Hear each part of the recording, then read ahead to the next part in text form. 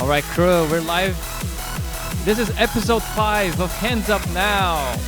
And today we have a special guest to you, a happy hardcore DJ, producer, artist who's from Vegas. He's based out of Vegas, but he's actually to you live from Florida. Shout out to one and only JediNite DJ. Hello. Hey, thanks for having me. All right. I'm very excited about this. We have our first label artist from happy hardcore scene, and this is JediNite DJ. And not only that, he's also American. You are probably we've had, I think, so we had 1, 2. I think you could be like the 4th American guest we had on the podcast. Okay. And we've had more American hard dance members, artists on this podcast than actually European folks, which is surprising, but not surprising for you and me because hard dance is actually growing and kicking butt in the US EDM scene. Yep. All right. Well, I'm very excited about this interview because one, you're actually very talented. I really like your music. We released a couple of your tracks on our label. And these are very solid tracks. Like I know if a song is good if you repeat it, and your stuff I was like repeating it over and over and over again when I was releasing it. And how did you get into a happy hardcore, and why exactly happy hardcore? Okay, so it all started late 2000s. I want to say like 2006. I used to play DDR, and I was always attracted to like those faster tunes. And I later discovered that was, in fact, happy hardcore music. So it all started with dancing games. And then when 2009 rolled around, we had a friend who played games with us who took me to my first rave. And if I recall, that first party was Pajama Jam 2009 in Southern California. And that was my first time I went to a happy hardcore party and completely blew my mind. Yeah, just feeling in here. California, very populated area to be in. It's one of the most populated states in the U.S. And to say at least that the scenes were actually in New York, Chicago. You have maybe Los Angeles, and I don't know. Vegas is kind of like everything, but like and happy whether if it's happy hardcore or any other genre. Your destination, your location was actually very preferable. Like you will have to go there. Like today, you don't have to do much to travel. I can go to my local city and they would like play happy hardcore if you get into one of those EDM clubs nowadays, right? Yes. Yeah, and so once you first got in, how long did it take you to become a producer, or did you like pick up the ropes very quick? Well, I actually got into DJing first. The first year, I think by my 3rd or 4th party, I want to say August, September, because I started in January of 2009. So about August of 2009, I met some DJs, and one of them, his name was Brandon Phantom. He actually booked me for my first event in April of 2010. And so basically what I did was I just hung out with him, just let him know, like, hey, I really want to get into the scene. I want to be a DJ. And he kept, letting me know. He's like, I'll let you know when. And I stuck to him like glue until he gave me my chance to play. And it took about a year, but after that, I had my first show, and I've been maintaining consistent bookings ever since then. And never lost a passion for it. Still, to this day, I love it just as much as I did on day one. Nice. Well, let me ask you about day one, because prior to day one, who were your influences in happy hardcore that got you into it? Definitely Darren Styles, because we had this other dancing game. It was called In the Groove, and they had you can upload like your own personal songs on there with step charts. And I remember the You're My Angel track was one of the step charts there, and I was like, whoa, this is a cool tune. And I played that song consistently, and then I think Illuminate, which was in June of 2009, one of the DJs, I think it was Weaver, he was headlining, and he played the Gamma remix, and that was my first time hearing You're My Angel at a rave, and I went completely nuts, and it was a good time. So I would definitely have to say Darren Styles, Brisk and Trixie, because Eye Opener was one of those popular tunes back then. and I slowly started discovering anthems after that. So I would definitely say squatty as well. That's actually very interesting you say that.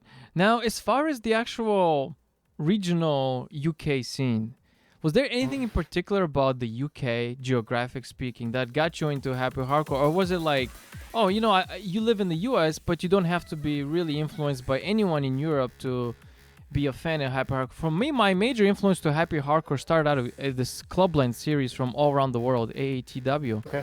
They were the main platform for all things related to hard dance in the UK until it became very corporate, and then it just, it stopped featuring our kinds of music. So, but so we're talking early 2000s.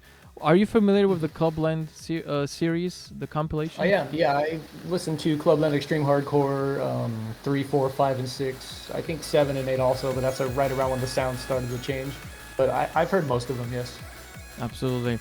And by the way, on the podcast, you will find out that we're actually playing your music in the background. So you probably can't hear it now, but you No, I can't hear it right now. no, you can't.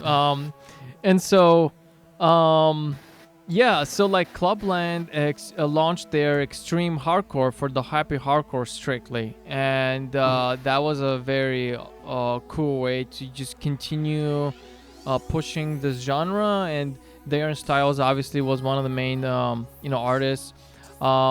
So as far as top artists today, like out of all time, who are your major top 5 influences? So I think number one right now for me is going to be Squatty. I'm into the anthems, and I've heard a lot of his older sets recently on SoundCloud, and it took me back to that time when I started. And with him releasing a lot of his tracks before he had passed away, a lot of the stuff he made really stands out to me. So Squatty is definitely number one for me.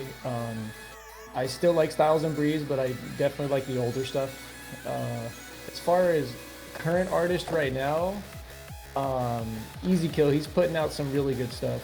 And he's in fact helped me with my producing and has gotten me to the level that I'm at today because of what he's taught me. I know Al Storm, he's still putting out some really good stuff with his label 24/7.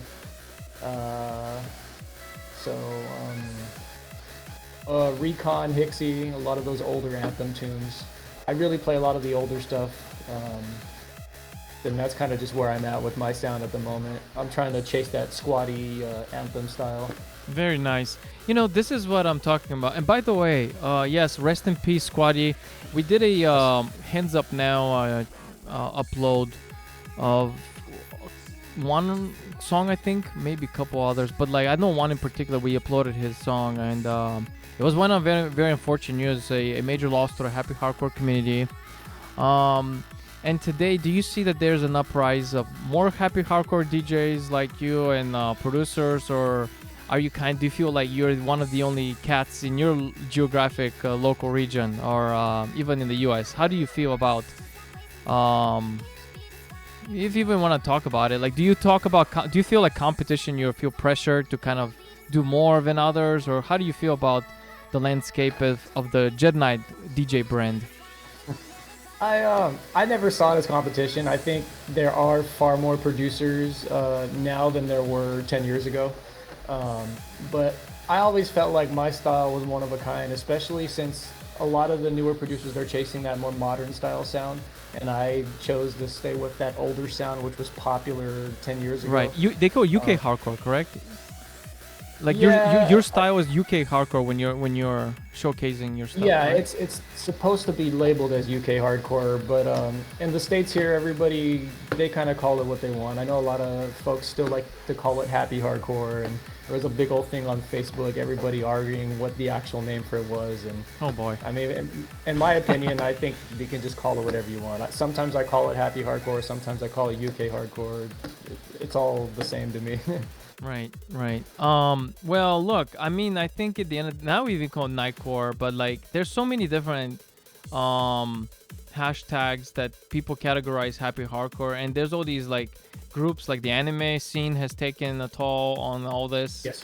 And that's growing faster than even the actual genres or genre movements. I think nowadays, I'm not saying certain genres are dying. I'm just saying like there's movements. If you like, I spent a lot of time talking with a previous guest, Hakubi, about how he's been doing a lot of these anime cons.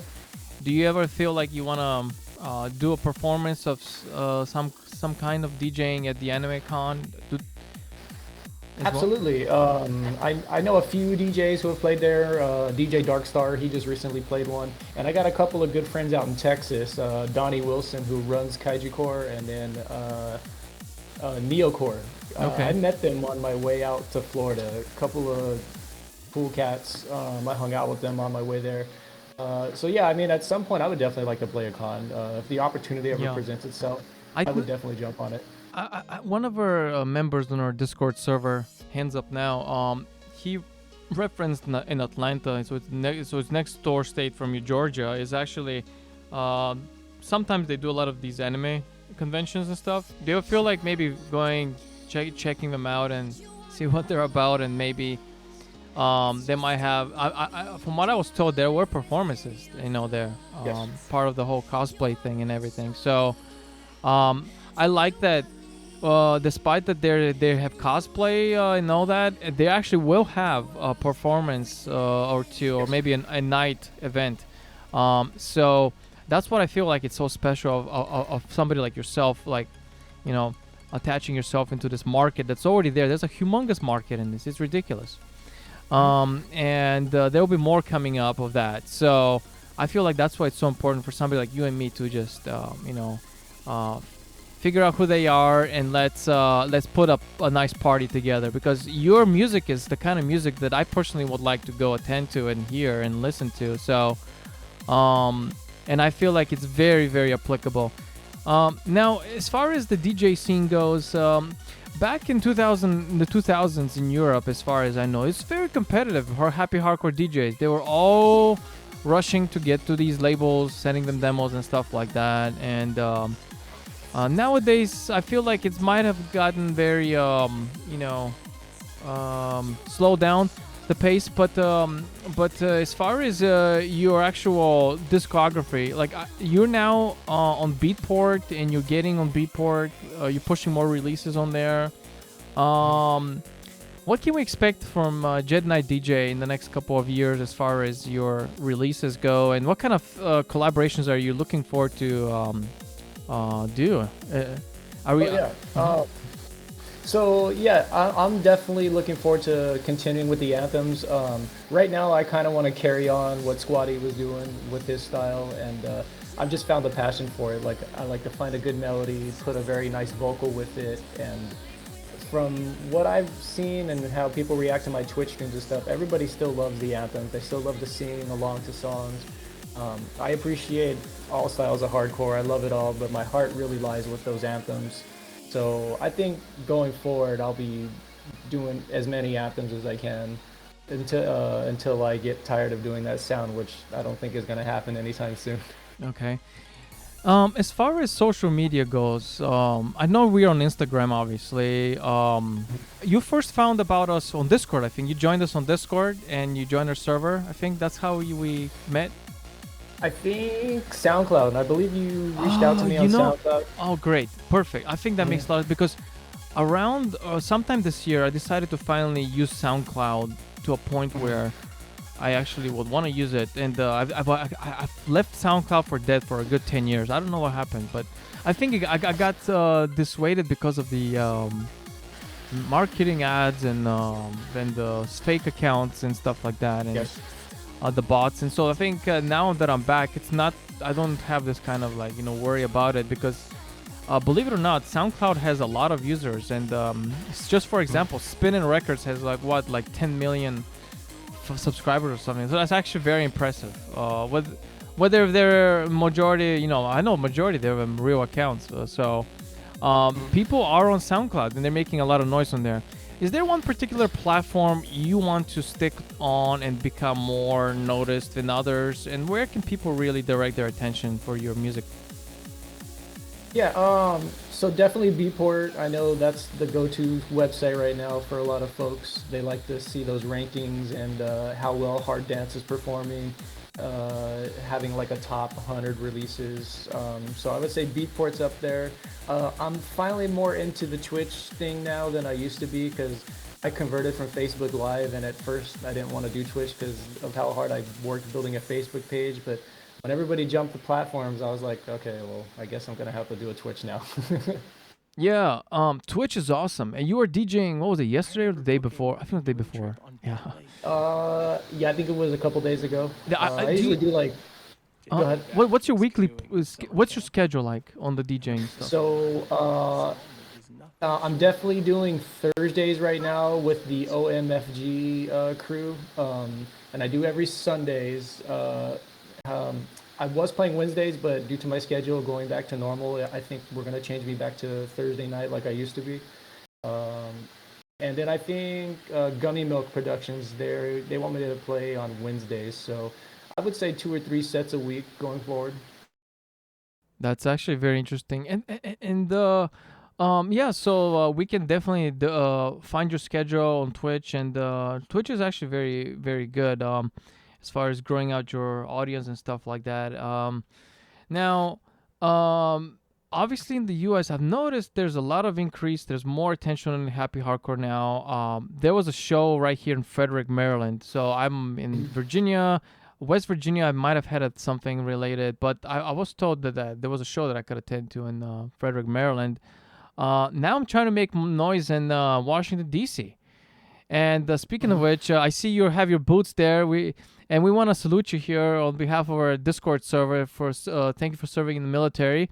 We appreciate your service, and we want to say that we've had a lot of hard dance military veterans actually on our podcast. And you're one of them. So, and speaking of Washington D.C. here, I have a lot of ideas of pushing happy hardcore itself. Now that I myself, Solid Shark, my own artist, I've actually decided to push happy hardcore as my main genre. I've not saying that I've given up on Hands Up, but I've decided, you know what? I think I'll call it. It is happy hardcore of what I'm making, but it's this newer genre. It's not the UK hardcore that you're doing, by the way, which I really like.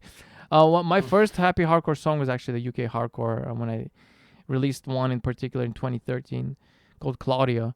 And now with this being said, I'm in talks with a venue here in DC, and I'm trying to showcase them that, you know what, happy hardcore is stronger than ever, and it's gonna keep growing because there's many people that are backing us, like the anime scene, the Nightcore, and people in Los Angeles, and I'm sure in Vegas, and now, we have Hakubi in San Antonio, Texas. We have somebody like yourself in Florida. There's going to be more cats like us popping out.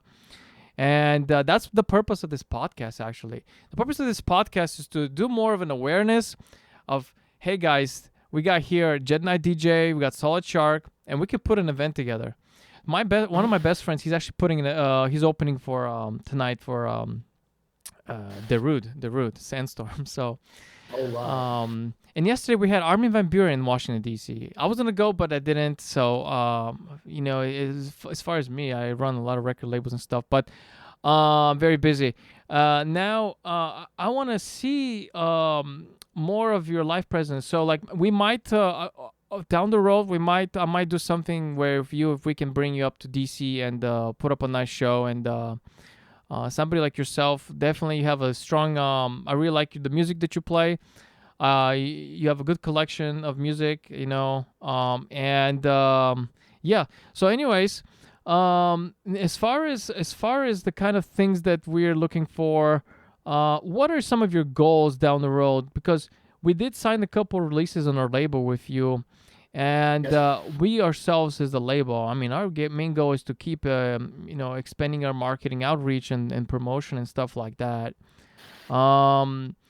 What kind of things are you kind of really looking for? Because a lot of people want to ask him, like, what do you need help with? I think the artist as a DJ, since you're a DJ, will be like, I think, would you be considering more interest towards doing more performances, live performances, or Twitch, or how would you?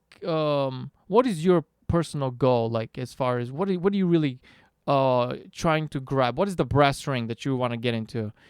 Is it to be the top, Yeah. in the top beatport, top 10, or is it what is exactly your goal here? Yeah, I would definitely like to be up there in Beatport.